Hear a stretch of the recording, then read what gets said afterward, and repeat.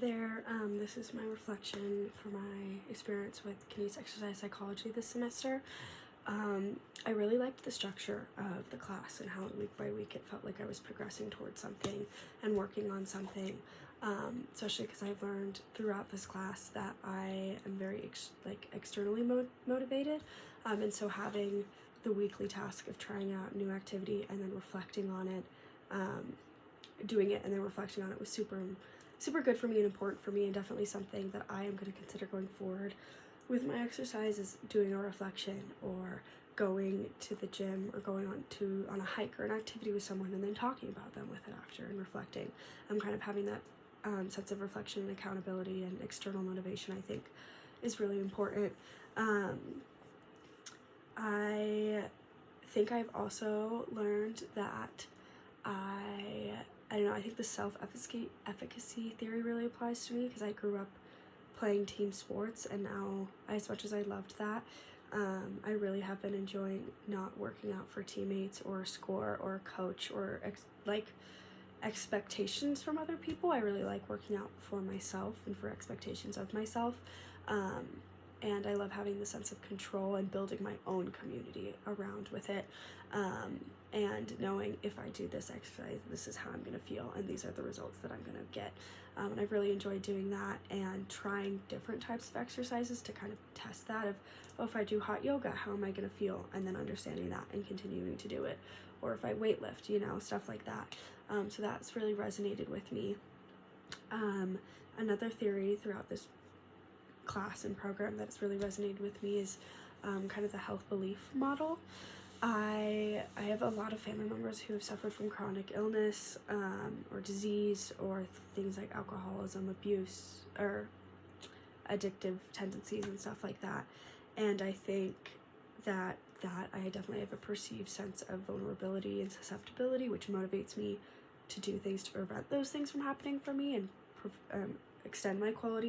increase my quality of life and extend my life without those diseases. And so I think that's a big motivational point for me as well, and something that's good for me to not remind myself constantly of, but when I'm seeking motivation, maybe reflecting on that a little bit to continue to motivate me forward. But yeah, that theory really resonated with me.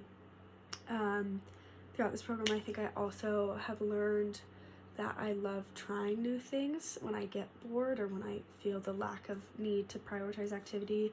Like I went kayaking, I went hiking, I went climbing with friends, did stuff that I haven't done in a really long time, and that kind of sparked my interest to be physically active again and get outside and take advantage of my environment and what's around me. And so that was super motivational, and something I definitely am going to continue in my physical activity behavior going forward. Another thing that I think I've adopted some changes with I worked 3 jobs this summer, which was very challenging in terms of prioritizing physical activity, because I was exhausted every day. And although I was being moderately physically active at my jobs, because often I was taking the girls that I nanny on some physical activity and doing that with them, whether that be ice skating or swimming, and then my other jobs I'm on my feet for 5-6 hours at a time. So I still was getting physical activity, but then maybe flipping that over with like some active rest, whether like yoga or just like a slow walk, something like that, because then that activity feels like it's for me, it's not for other people, going back to like the self-efficacy model. But yeah, I think I'm gonna definitely choose that and still keep a balance with my sedentary behavior. But it was really nice to reflect and look on that and think that I do have a good balance of my sedentary behavior to my physical activity levels.